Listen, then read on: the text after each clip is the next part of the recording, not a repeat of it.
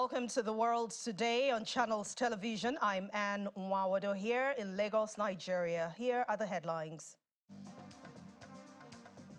American soldier Travis King is detained in North Korea for getting into fights in South Korea before crossing the border.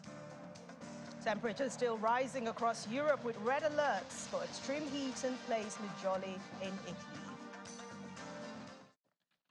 Thank you for staying with us. We begin with Travis Green, an American soldier said to have crossed into North Korea from South Korea. Reports say he's being detained for getting into fights in South Korea before making the crossing. The 23-year-old serviceman had been recently released and was being sent back to the U.S. when he escaped. Intentions for his crossing the border are yet to be determined. More information is emerging about Travis King, the U.S. soldier who fled into North Korea on Tuesday. Court documents and a lawyer representing him reveal he faced 2 assault allegations and was fined in South Korea for damaging a police car. That's as the U.S. military scrambles to establish the fate of King after he made an unauthorized crossing of the inter-Korean border. A Seoul court said on September the 25th last year, King punched a man in the face at a club several times, but the case was settled.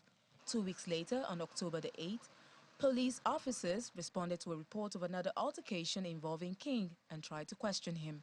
A copy of court documents showed that King pleaded guilty to assault and destruction of public goods. 2 U.S. officials who spoke on condition of anonymity said the soldier had been due to face disciplinary action by the U.S. military before fleeing to enter North Korea willfully. Travis King's motivations for this high-stakes gambit remain unclear.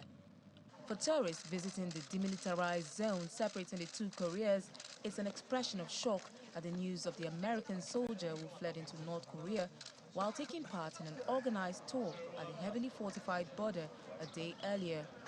It sent me some thrills. When I heard about the news, I was very surprised and also shocked that this happened around the same time that I was there. I would say that it was a trip that I knew that I had to be slightly careful and respectful of the rules, but I didn't feel threatened when I was on the trip. It's just I was aware that it's a trip that has its own rules. Tourists can visit Panmunjom, known formerly as the JSA, a cluster of buildings that has hosted inter-Korean talks and where troops from both sides stand almost face to face.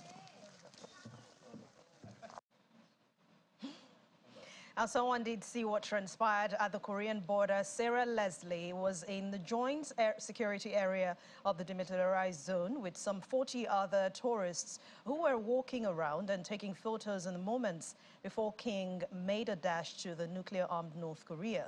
She says the group had just left one of the iconic blue buildings that straddles the border between the 2 Koreas and is used for negotiations when King suddenly ran between the structures towards the north. The U.S. is scrambling to determine his serviceman's fate, but seen as he willfully crossed over without any authority to do so.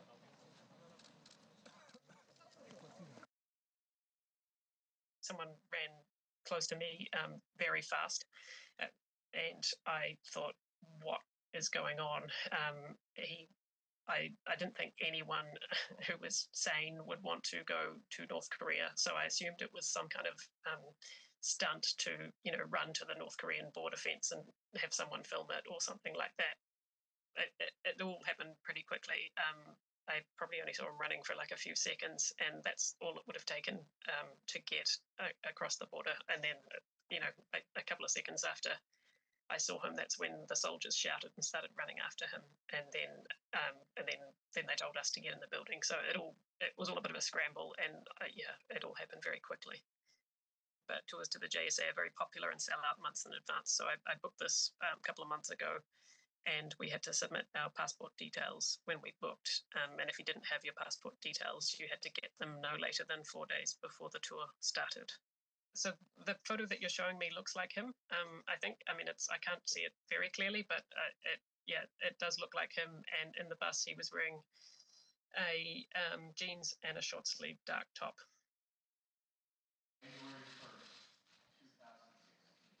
A former North Korean diplomat says North Korea is likely to milk the broad border crossing by Travis King, but will probably not be able to gain political leverage.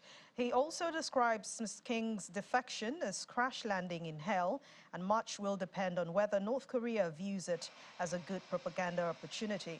But King's defection is a reminder about other Americans who have been held in North Korea for various reasons. Most were sentenced to years of hard labor, but freed after high-level diplomacy. The U.S. State Department banned Americans from traveling to North Korea after U.S. college student Otto Warmbier also was detained on a tour of that country back in 2015. He was sentenced to in 2016 to 15 years of hard labor for trying to steal an item with a propaganda slogan. He died in 2017, aged 22, days after his return to the United States in a coma. Ohio coroner said that he was caused by lack of oxygen and blood to the brain. In 2018, 3 Americans held in North Korea were freed after U.S. Secretary of State Mike Pompeo traveled to Pyongyang to meet North Korean leader Mr. Kim during a period of nuclear diplomacy.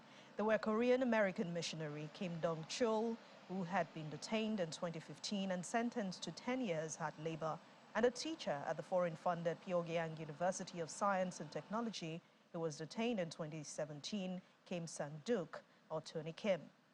Bennett Bay, who's a Korean-American missionary, returned to the United States in November 2014 after being imprisoned in North Korea for 2 years. North Korea convicted him of trying to overthrow the state and then sentenced him to 15 years of hard labor. Matthew Todd Miller was also freed at the same time as Bay, having been in custody since April 2014. He was reportedly tried for espionage and who was serving a 6-year hard labor sentence. Miller had gone to North Korea on a tourist visit, which state media said he tore up while demanding Pyongyang grant him asylum.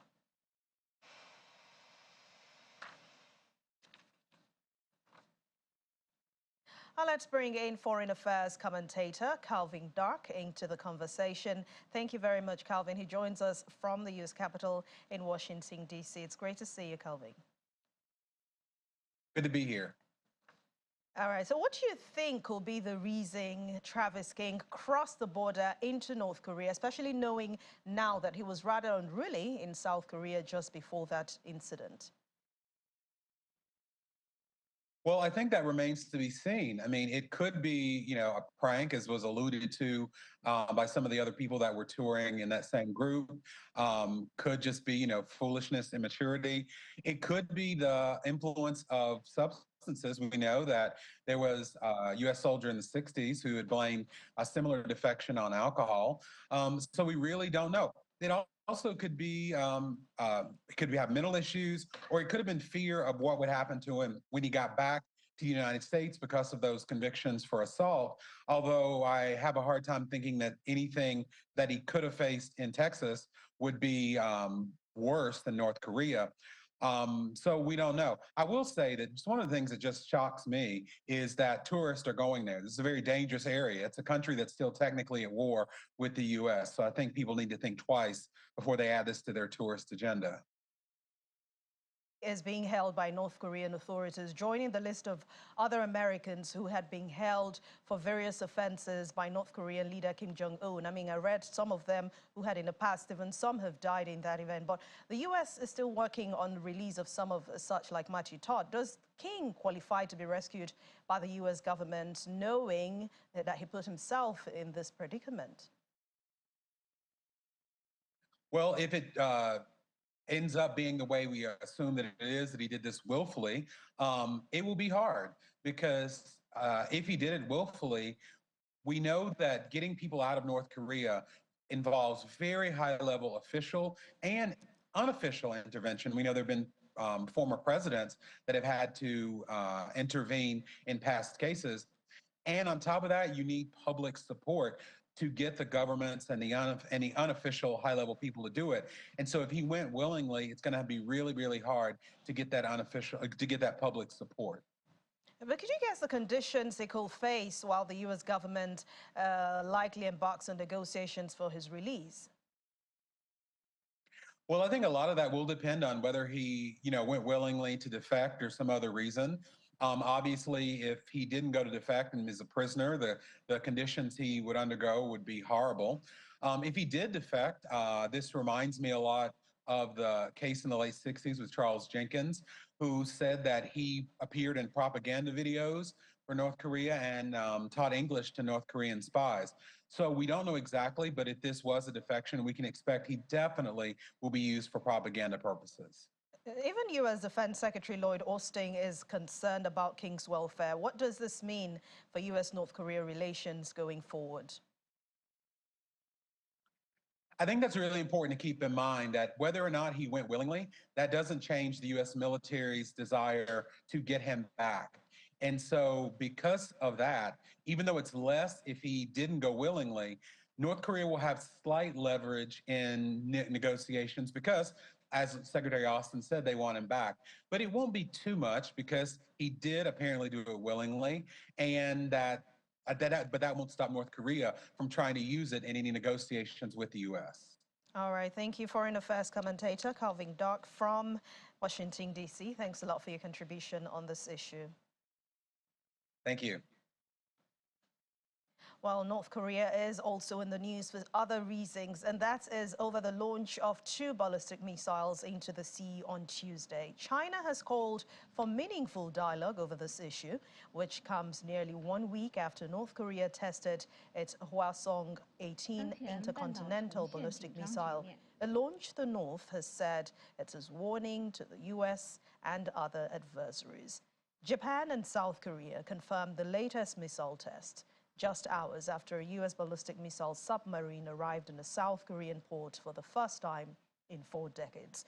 According to China's Foreign Ministry spokesperson Mao Ming, the relevant parties exploit the peninsula issue for their own selfish geopolitical interests, escalating tensions in that region and harming the denuclearization process. And the relevant trends are a cause for concern.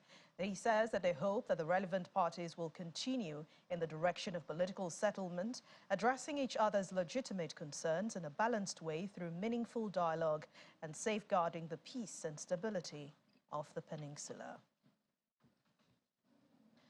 Well, as we mentioned before, South Korea did receive the U.S. nuclear missile submarine. In fact, South Korean President Yoon Suk-yeol visited U.S. nuclear-armed ballistic missile submarine, the USS Kentucky. That happened earlier today, warning neighboring North Korea over its latest provocation, referring to the short-range missile North Korea fired from an area near Pyongyang. President Yoon praised the South's relations with the United States despite North Korea's threats.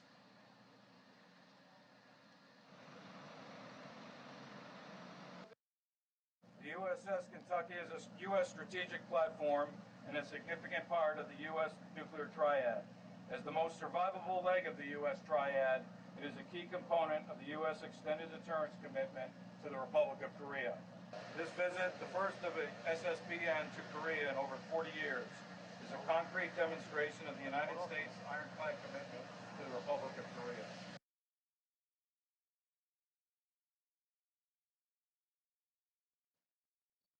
In the meantime, director of the American Institute in Taiwan, Sandra Kudryk, has highlighted China's provocation and action over U.S. Taiwan relations, saying that there is no reason for the action in response to brief visits to the United States next month by Taiwanese Vice President William Lai. She also said that such transits are routine and have happened many times previously, adding that the U.S. remains committed to upholding the status quo in the Taiwan Strait. The remarks are coming after Taiwan's government said on Monday that Lai will be stopping off in the United States on his way to and from Paraguay for the inauguration of its new president, Santiago Pena, drawing anger from Beijing, which slammed Lai as a separatist.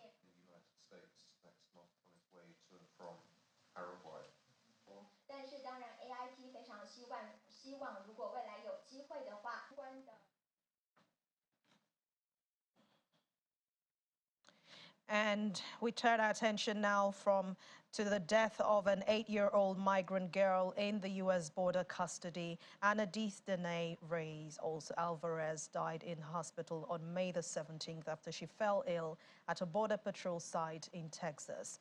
The girl, who was chronically ill with sickle cell anemia and heart disease, an independent report says that her death was a preventable tragedy. Written by Paul Wise, a pediatrician who is tasked with ensuring that the U.S. Customs and Border Patrol comply with providing basic services to migrants under their care, the report accuses the Border Patrol of systemic failures, with untimeliness led to her death. He says the failures should be reviewed as rare anomalies, but as systematic and systemic weakness that, if not remedied, are likely to result in future harm to children in custody. A separate report by Customs and Border Patrol in the month of June also concluded the staff were not aware of the girl's chronic illness. And let's come back here in Africa, where migrants from sub-Saharan Africa have been forced into the streets for over 1 week now after recent violence led to the Tunisian's death and campaigns demanding their expulsion. The Tunisian man was killed last week in clashes between residents and migrants in the southern city of Sifax. Some of those migrants were searching for their families who were lost during the violence in the coastal city. Another migrant said that the Tunisian security forces took him and 3 others to the Libyan border with no access to food or water. Thousands of undocumented migrants have flocked to the coastal city of Sifax in recent months with the goal of setting off for Europe in boats run by human traffickers, leading to an unprecedented migration crisis for Tunisia. It's been a really hot weather in Europe, and we've been tracking this, especially this summer, so much so the authorities in Italy have now announced red alerts for extreme heat in many parts of the city. Temperatures were expected to peak today, with 23 cities on high alert, from Trieste to northeast to Messina in the southwest region. The warnings are for everyone, not just the vulnerable groups. The heat is forecast to last through today across most of southern Europe, following several days of temperatures in excess of 40 degrees Celsius.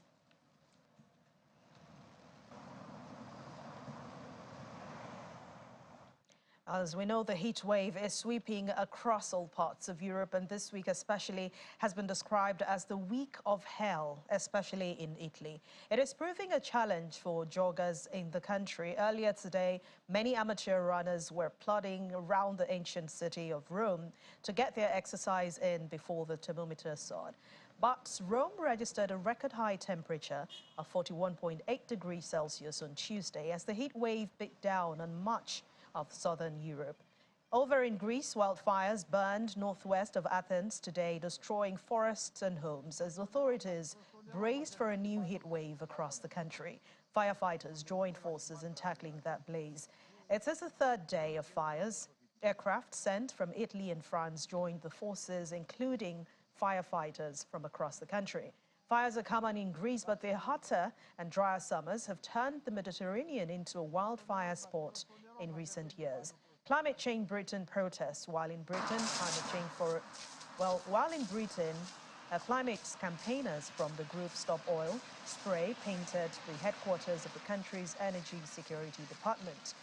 In footage released on social media, 2 demonstrators armed with large pressurized containers of orange paint spray, as you can see on the screen, painted the exterior of the government's Department for Energy Security and Net Zero London. The group also said the department was targeted for issuing new oil and gas licenses in the United Kingdom.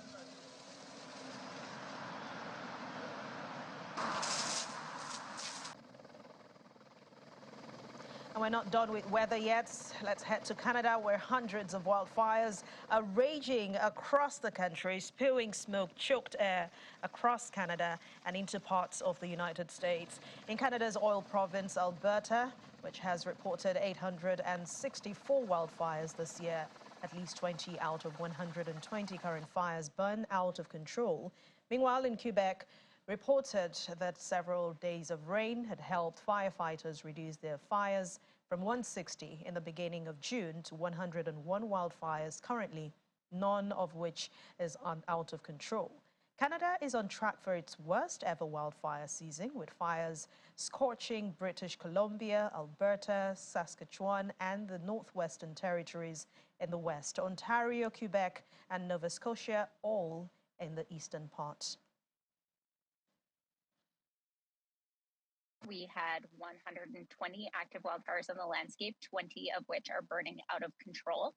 Most of the out of control fires that we have here in Alberta are concentrated in the northern parts of the province. So they are in our high level forest area as well. We have one that is in the northern part of the Fort McMurray forest area. Those are kind of our priorities as of right now. We've seen some rain here in Alberta over the last 24 hours, which has been helpful for the fire situation. Unfortunately, it's not quite enough to knock them all out. So we are still working hard at getting some of these fires under control. To date, since January 1st, we've had 864 wildfires here in the province. We have burned more than 1.7 million hectares. Our closest thing that we have on record was in 1981 when we had burned just over 1.3 million. So this has been a record-setting year for us. We've seen unprecedented conditions here in the spring, and we will feel the effects of that for the months to come. We currently have 22 wildfires in the intensive protection zone and 79 wildfires in the northern protection zone of our province. So just over 100 wildfires that are currently in activity.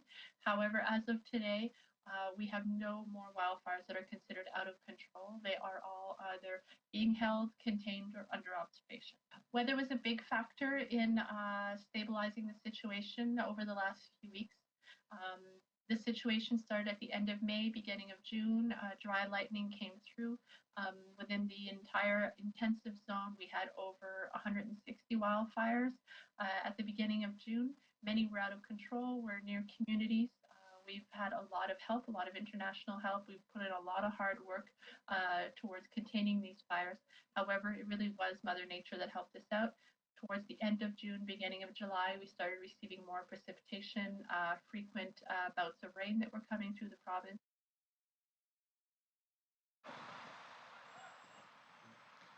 And we'll end the weather condition in Saudi Arabia, where residents are struggling with scorching heat. Also, temperatures in the capital, Riyadh, can reach up to 48 degrees Celsius. But Saudis say they're already used to this kind of weather. To cope with the heat, many chose to stay indoors during the hottest times of the day. And if they are to venture outside, then water sprinklers and outdoor air conditioners are all set in at shops to help residents cope, while others take refuge from the sunshine under trees or with their umbrellas.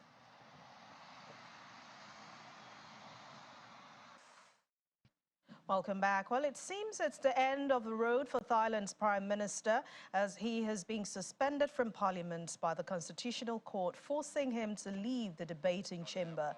The 42-year-old Thai reformist's bid to be nominated as Prime Minister and is over prompting outrage from his supporters after he won May's election. He was dramatically suspended. Then lawmakers agreed to block a second vote on whether he should be Prime Minister. The Move Forward party leader had swept to victory in the general election as voters rejected years of military rule. But to seal his victory, he needed the approval of Parliament, which he failed to secure last week, plunging the country into political limbo. The Constitutional Court must now decide whether he should be disqualified from Parliament for owning shares in a long-defunct media company.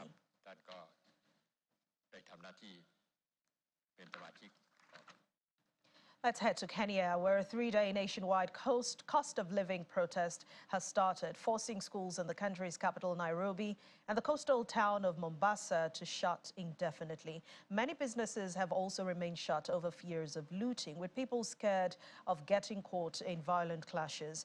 The opposition in the person of Raila Odinga has called on a series of protests after tax hikes were introduced last month by the government of President William Ruto. The police chief, Japhet Koome, also declared the anti-tax hike protest illegal, even though the High Court had earlier rejected a request to declare them illegal. During similar protests last week, the police shot at least 10 people and more than 50 school children were tear-gassed in their classrooms in Nairobi, were subsequently rushed to the hospital in an unconscious state. Human rights organizations have strongly criticized the police for what they call their excessive use of force.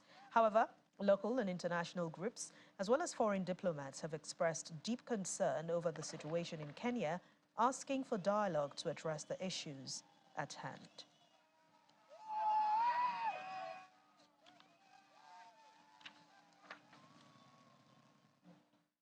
Processing cannabis in the U.S. may be legal and allowed, but it's not the same in the Cayman Islands. American model Gigi Hadid also learned that earlier this month after being arrested and fined over cannabis possession.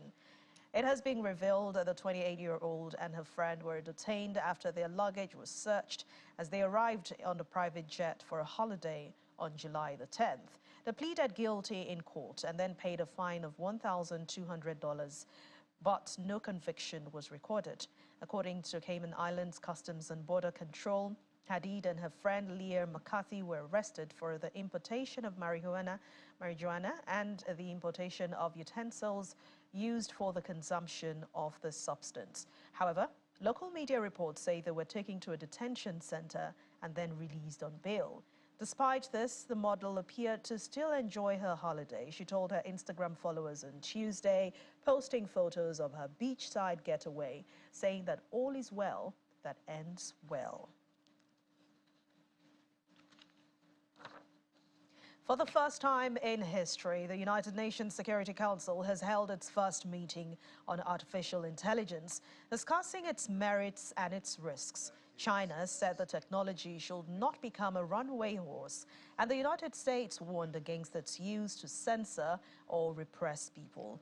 Britain's Foreign Secretary, James Cleverly, who chaired the meeting under Britain's July presidency of the body, said that AI will fundamentally alter every aspect of human life. Mr. Antonio Guterres, the UN Secretary General, backed calls by some states for the creation of the new UN body to support collective efforts to govern the technology.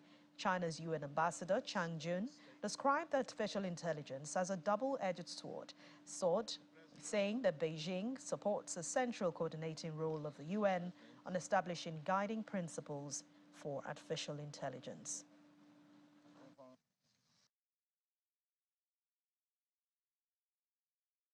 This is a historic meeting, the first discussion of artificial intelligence at the UN Security Council.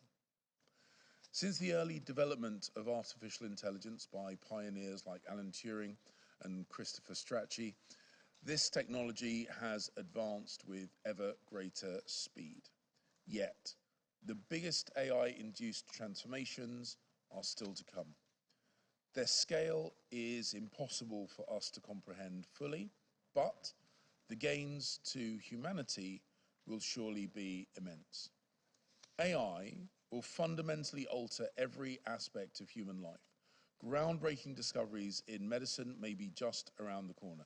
The productivity boosts to our economies may be vast, and AI may help us adapt to climate change, beat corruption, revolutionize education, and deliver the sustainable development goals and reduce violent conflict. I therefore welcome calls from some member states for the creation of a new United Nations entity to support collective efforts to govern this extraordinary technology, inspired by such models as the International Atomic Energy Agency, the International Civil Aviation Organization, or the Intergovernmental Panel on Climate Change. The overarching goal of this body would be to support countries to maximize the benefits of AI for good, to mitigate existing and potential risks, and to establish and administer internationally agreed mechanisms of monitoring and governance. Let's be honest, there is a huge skills gap around AI in governments and other administrative and security structures that must be addressed at the national and global levels. A new UN entity would gather expertise and put it at the disposal of the international community, and it could support collaboration on the research and development of AI tools to accelerate sustainable development. Through the White House's October 2022 blueprint for an AI Bill of Rights, we are also identifying principles to guide the design, use, and deployment of automated systems so rights, opportunities, and access to critical resources or services are enjoyed equally and are fully protected. We are now working with a broad group of stakeholders to identify and address AI-related human rights risks that threaten to undermine peace and security. No member state should use AI to censor, constrain, repress, or disempower people.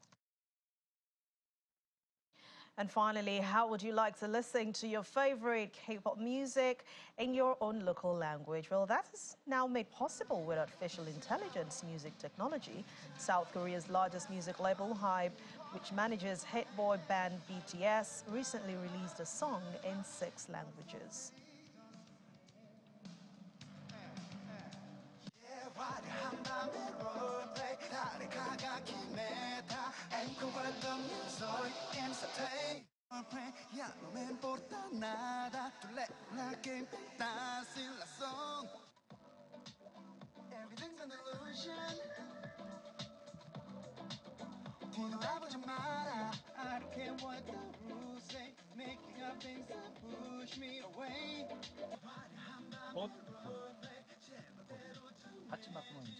이거를 우리가 쳐서 앞으로는 녹음할